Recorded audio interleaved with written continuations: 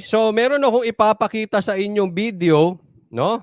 Ito ay gumawa po ng video, may interview po si Lisa at si Taberna. Okay? No? So pag-usapan po natin, kaya lang hindi ko po siya kayang ipakita sa inyo ng malinaw at buo kasi po may mga kumakalat na balita at na-experience ko din po ito. Na ito si Taberna, ito si Katunying ay nagka-copyright. So obserbahan nyo mabuti. Punahin nyo tong video na ito. Nagka-copyright. Sana naman Katunying.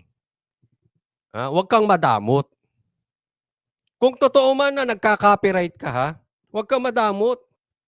Ginagaya mo yung style ng ABS eh. Sa mainstream media, mapansin nyo, ABS lang ang hindi kinukuha ng mga vloggers. Bakit? May copyright eh. Kadadamot. Nagaya siguro ni Katunying, etong style na nagka-copyright.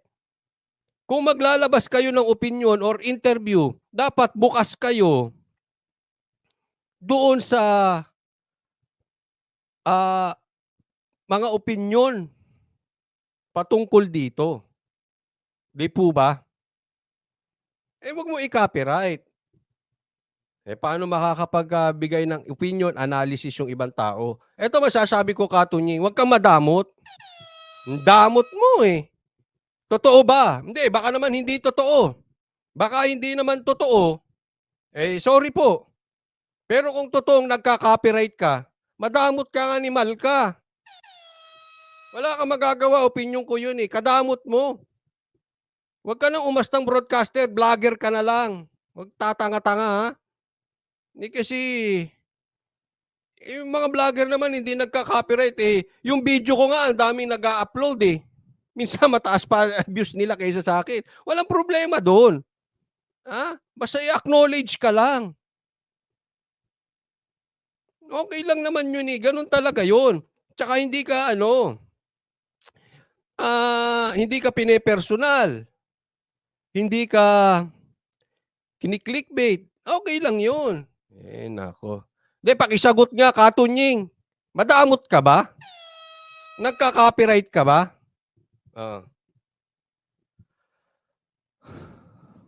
Anyway, pakita ko na po sa inyo Ito, kaya dito ko na lang ipapakita para hindi ma-copyright. Pakinggan nyo na lang. Okay? Ito po yan si Lisa. Pakinggan nyo na lang. Ay, nawala tuloy. Pambira, Napindot eh. Kaya apakahirap mo, Tunying. Daming drama sa buhay.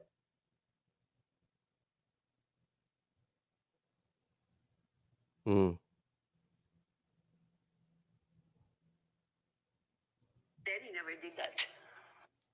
Basta kayo ni VP Sara. I was always kind to her. Kind. Sabi niyo, she crossed the line. Ano ibig sabihin nun? Wala nang reconciliation yan? Bad shot na yun sa akin.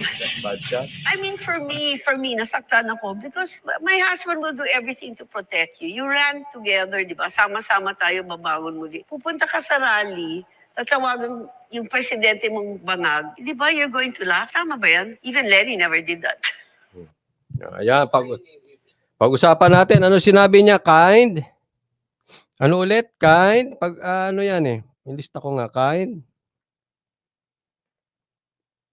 Bad shot, cross the line. Ano pa? Poprotektahan siya ng asawa niya. Even Lenny didn't do that. Okay. Pag-usapan natin isa-isa. Una, hindi po as of now, wala pang lumalabas na full video.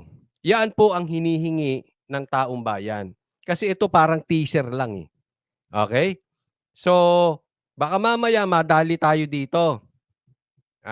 Mag-iingat lang po kasi mamaya teaser to tapos magkomentaryo tayo dito tapos nilabas yung video, hindi naman pala ganun ang usapan. Chinap-chap. Tapos nadali tayo. Okay? Loy Bon, maraming salamat sa kusang loob at sa pag-sponsor ng live na ito. Thank you, Loybon. Pero ang kokomentaryohan ko, yung teaser mo, ha, Katunying. Baka mamaya trap ito eh. 'Di ba? Kailan nyo ilalabas ni Lisa yung video nyo? Kailan? Yung video nyo na yung full interview. Oh. Ngayon, kasalanan mo, kung chinap-chap mo yan, tapos nagkomentaryo kayo minsan, hindi naman pala yan ang ibig sabihin ni First Lady, Lisa. Basta ang komentaryo ko patungkol doon sa nilabas mong teaser. Maliwanag? Okay. Una masasabi ko dyan, eto. Marcos, don't let your wife speak for you. Huwag mong hayaan ang asawa mo ang magsalita para sa'yo. Never do that.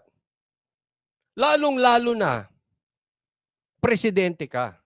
All the more. Alam mo, Marcos, magmumukha kang under Disaya pag ganito ang asawa. Never do that, especially sa kultura ng Pilipinas. Hindi po sa mababa ang tingin natin sa babae. Pero, kultura ng Pilipino yon.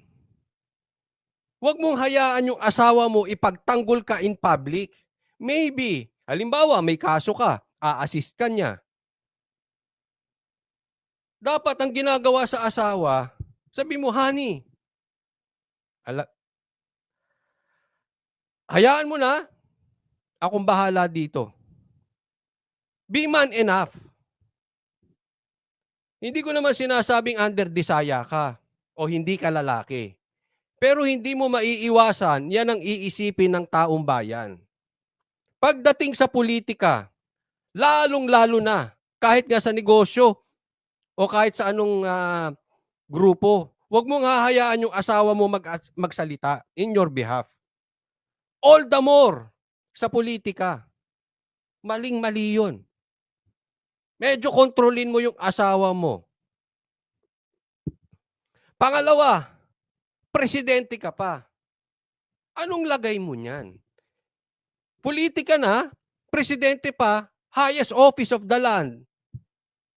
Bilang tatay ng buong Pilipinas, hahayaan mo yung asawa mo magsasalita ng ganyan. Bubuelta po sa'yo yan. Ito yung nagpapayo lang naman tayo. Ha? Kultura po nating mga Pilipino yan at hindi lang po sa mga Pilipino. Ha? Ay, ang galing mo sabi dito ni opinion lang. Napakaduwag pero tapang sa China. Paano tayo maniniwala yung confidence nating mga Filipinos na kaya mo kaming ipagtanggol sa China, yung sinasabi mong sa China, and yet, here you are, ang asawa mo ang nagtatanggol sa'yo. Baka sabi mo, hindi ko naman siya inutusan. Miski na. Sabihan mo, ikaw ang lalaki eh. Hindi po ba? Hindi naman ito ulit pang mamaliit sa mga kababaihan. Inilalagay lang natin sa ayos. Halimbawa, ang presidente natin, si BP Sara, natural, babae ang magsasalita. Hindi yung lalaki kasi ang hinalal ng tao, ang may mandato ay yung babae. Okay lang yun. Pero, si Tatay Digong, nakita mo bang nakialam yung asawa? Real talk lang po. Wag, President Marcos, it's really about time na manindigan ka. For your own good. Kasi, itong pagsasalita ni Lisa, ni First Lady Lisa, gustuhin man natin or hindi, totoo man or hindi, pinapatunayan mo yung sinabi ni Tatay Digong na weak ka. All the signs ay nandoon sa mga galawan nyo. May mga ganong issue na nga. Hinayaan mo pa yung asawa mong ganyan. Hindi po maganda. Natural. Babakbak to. Pabalik si si Sarah. Oh, nadamay na yung asawa mo. Hindi naman pwedeng hindi bumalik yun. Eto po ako po, mapapansin nyo, hindi ko binabakbakan si Lisa. Si First Lady Lisa. Bakit kanyo? Hindi po ako mahilig, hindi po style ni Coach Oli pumasok or bumakbak sa personalan. For me, that is too low. Kaya hindi ko binabakbakan si Lisa. Pero kung tungkol sa politika, halimbawa yung asawa nung Rakot, kailangan ng bakbakan. Pero syempre kailangan natin ng proof. Katulad nito, ayaw ko man bakbakan si Lisa dahil personal ito na asawa ni Marcos, nagsalita. Kailangan sumagot. Kailangan namin magbigay ng opinion. Ang dami kong natatanggap na messages. Coach Oli, bigyan mo ng opinion yan. Kailangan ma-analyze mo yan. Ganito, ganito. Hindi pwedeng hindi ka magsasalita. Bakit? Pinersa nyo kami. Hindi po ito personal. Politika na po ito. Binanata na po si Lisa. Una, anong sabi? Your husband is kind to BP, Sarah? Totoo? Lintik na yan. Parang pinakain nyo sa pating si Lisa Ay, si Inday Si Sarah Nung usaping confidential funds, binakbakan si Lisa. Anong ginawa ni Marcos? Then you're telling us, your husband is kind.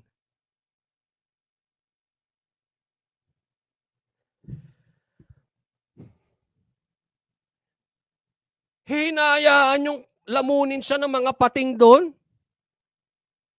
Wala siyang ginawa. Ganun ba ang best friend? Binakbakan siya ng binakbakan doon?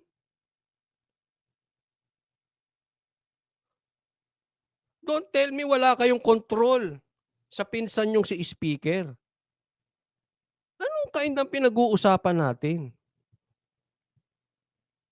Tapos sinabi nyo pa, bad shot na kayo kay Sarah? Dahil si cross the line? Hindi po. Kayo po ang nag-cross the line. Yung kampo nyo po. Correct, sama-sama kayo sa unit team, di ba? Ano ginawa nyo kay Sarah? Hindi man directly or hindi man natin mapatunayan na involved dito si Lisa. Pero anong ginawa nung asawa ninyo? Sino una nag-cross the line? Si speaker Don't tell the Filipino people wala kayong control doon sa pinsan ninyo na kayo ang nagbigay nagbigay sa kanya ng posisyong speaker. Kung hindi naman presidente si Marcos, kahit sabihin natin ang bumoto sa kanya ay ang Kamara, hindi naman yan Alam natin, ang sinunod lang nila si Marcos kaya naging speaker yan. Don't tell us na wala kayong control. Huwag po kayong magsinungaling sa amin. Di ba? Ayun ang mahirap Tapos nagagalit kayo. Alam mo, eto para sa akin Sa katunayan, sabi dito, who fired the first shot? Correct. Katulad niya, nagsalita ka, Lisa. Natural, sasagot yun. Pag sumagot yun, sasabihin mo si Sarah. Tingnan mo, binabanatan kami. Kayo nagsalita ng ganyan Tapos pag sumagot, di ba? Yan ang problema sa inyo. Ulitin natin Kaya naman nag-ingay ang Duterte na sumusuporta pa nga si PRRD sa inyo. Dahil binakbakan nyo yung anak It is normal. I know that. I am a father. Masakit yun sa isang tatay, gaganunin yung daughter mo. Tinulungan kayo, pinakulong yung asawa, yung tatay, pinalibing yung tatay nyo sa libingan ng bayani. Tinulungan maging presidente, tapos gaganunin mo yung anak mo. Sabi kung Alam mo hindi ko sinasabing tama yung ginagawa ni PRRD o hindi tama. Pero nauunawaan ko, kahit ako yung tatay, ganun ang gagawin ko. Dati akong presidente, gaganunin mo yung anak ko na tumulong sa'yo? Ano kayo? Buang?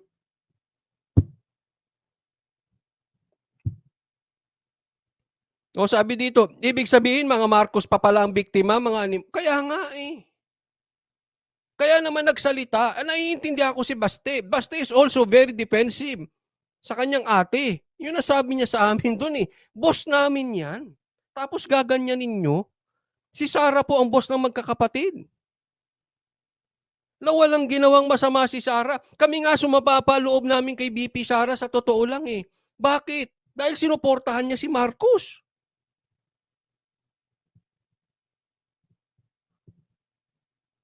Kung tumakbong presidente si Sara, hindi sana presidente yan si Marcos.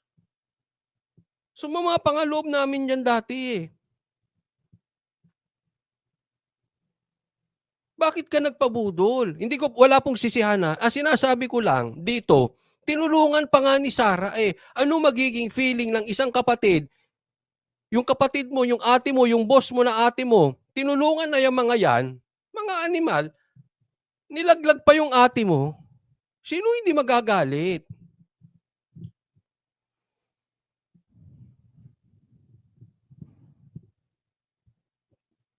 Pambihira naman. Kaya alam mo yung intro ko sa inyo kanina.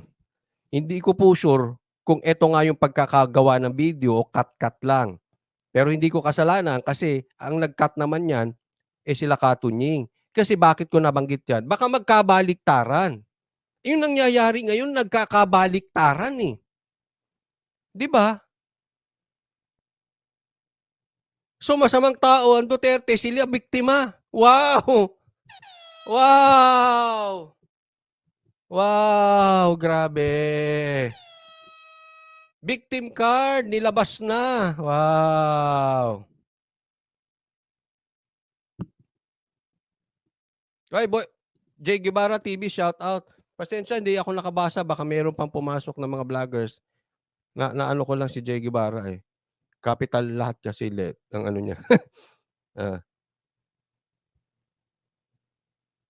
Totoo yung sinabi dito, mga mangga talaga kayo, mga animal. Labanan ito ngayon ng mangga at saka ng bad shot. Alam mo, bilib ako kay BP Sara kung hindi siya magre-retaliate dito. Pero I cannot blame her pag nag-retaliate siya dito. Hindi po natin siya masisisi. Ulitin natin yung video, ha?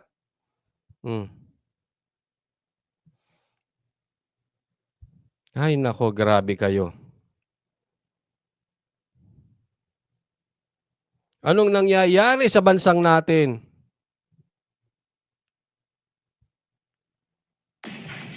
Sabi niyo, she crossed the line. Ano ibig sabihin nun? Wala nang reconciliation yan? Bad shot na yun sa akin. I mean, for me, nasaktan ako because my husband will do everything to protect you. You ran together, di ba? Sama-sama tayo babangon muli. Pupunta ka sa rally, tatawagan yung presidente mong bangag. Di ba, you're going to laugh? Tama ba yan? Even Lenny never did that. Basta kayo ni VP Sara. Okay? Kanuin natin to, ha? Baka makalimutan ko. Pupunta ka sa rally ng bangag. Tapos tatawa ka, sasabihin yung presidente bangag. Alam mo, nakikita ko po kung paano kayo pinakikisamahan ni BP Sara. Ang light pa nga ng mga binabanggit niya sa rally. Pumunta lang siya. One time lang siyang nagsalita. Sa Davao nga hindi siya nagsalita eh. Ulit yung pangalawang Davao.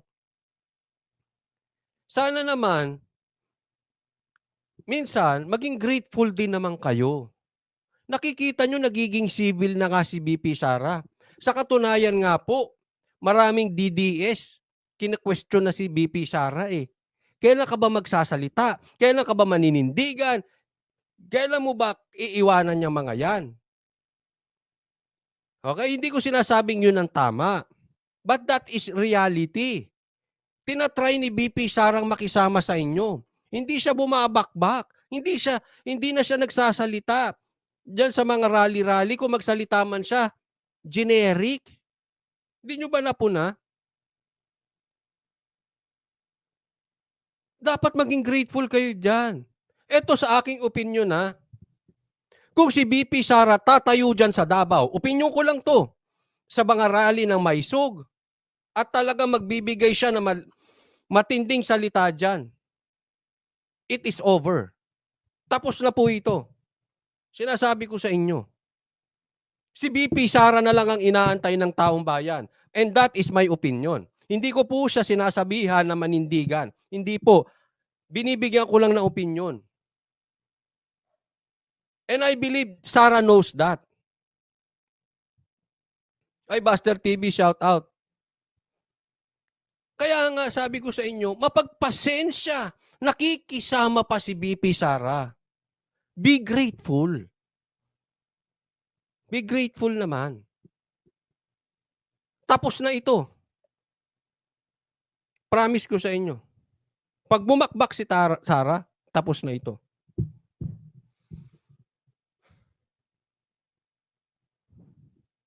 Pasalamat na lang din. Di ba? Pakisamahan na lang. Dapat matuto kayo, nasa politika kayo eh. You just agree to disagree. Pero itong pagpapa-interview nito kay Katunying, this will open up. This is World War. And make sure, World War hindi word, word, W-O-R-D, World War.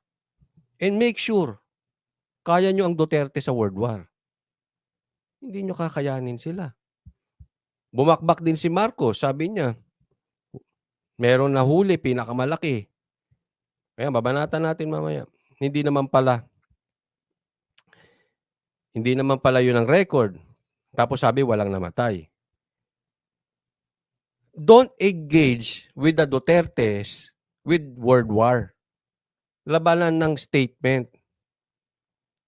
Kung hindi nyo kaya.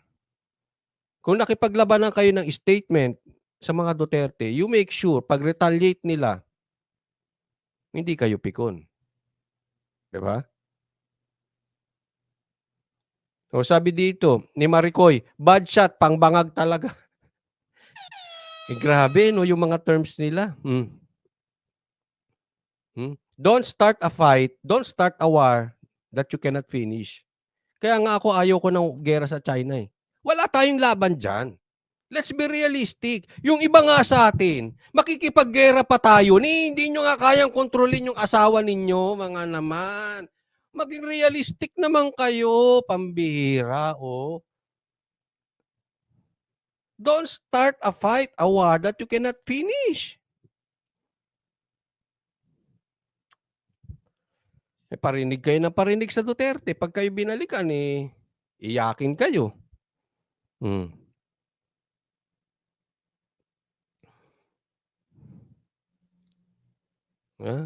Ilabas mo na. Ilabas nyo na yung video nyo, Lisa at Taberna. Yung full video. Makapagbigay tayo ng komentaryo. At sana hindi madamot yan si Katunying.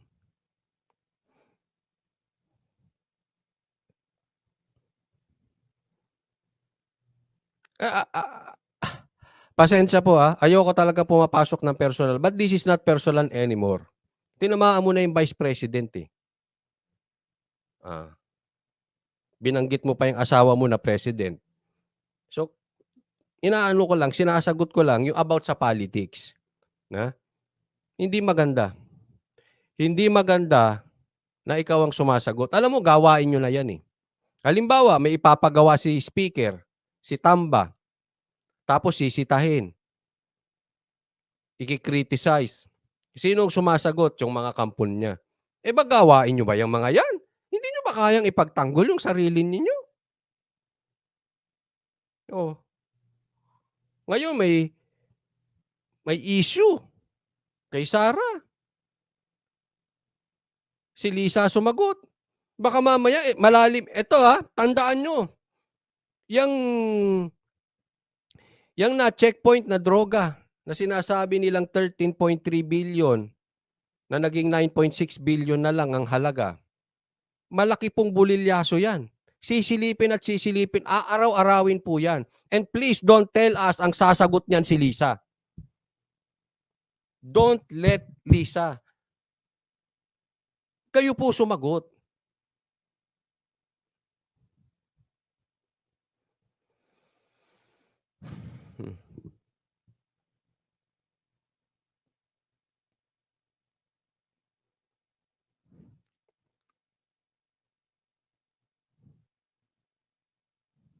Sabi ng editor, palibasa, laki sa layaw, sanay na may tagalinis ng kalat. Pwede naman ganun. Pero pagdating sa statement, pagdating sa pagharap, siya magsalita.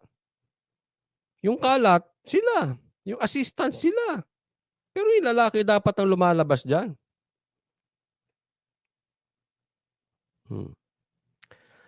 But anyway, ako po medyo masaya din ako sa nangyaring ito. I'm really, really waiting for Sarah na I salute VP Sara. Ang taas ng pasensya niya. Alam mo, mahirap yan ha. Mahirap yung ginagawa ni VP Sara. Yung alam mo that you have power in your hands, na alam mo gusto ka ng taong bayan, and yet mapagpigil siya, mapagpasensyoso at maunawain. Bilib ako. Bilib ako dito kay VP Sara. Kasi alam nyo po,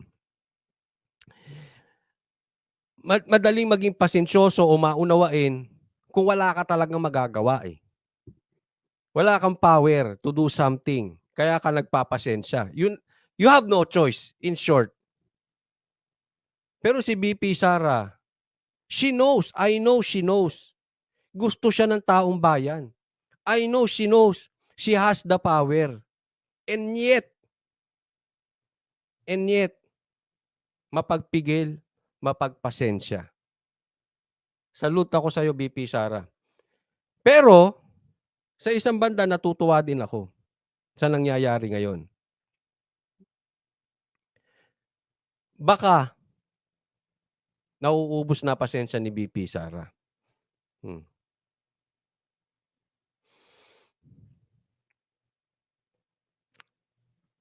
Pag mauubos ang pasensya ni VP Sara, then, masaya po ito. Simula na po ito ng world war ng Duterte versus Marcos. Brace yourself.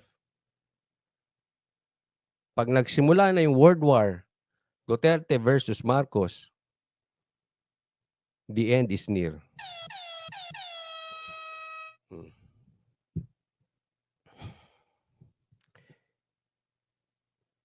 She is very professional, sabi niya. Alam niya kung kailan siya bubuga. Yun.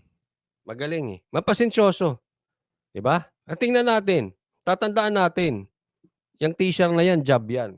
Tingnan natin anong counter ni VP Sara. Sasagot siya o magpapakumbaba siya?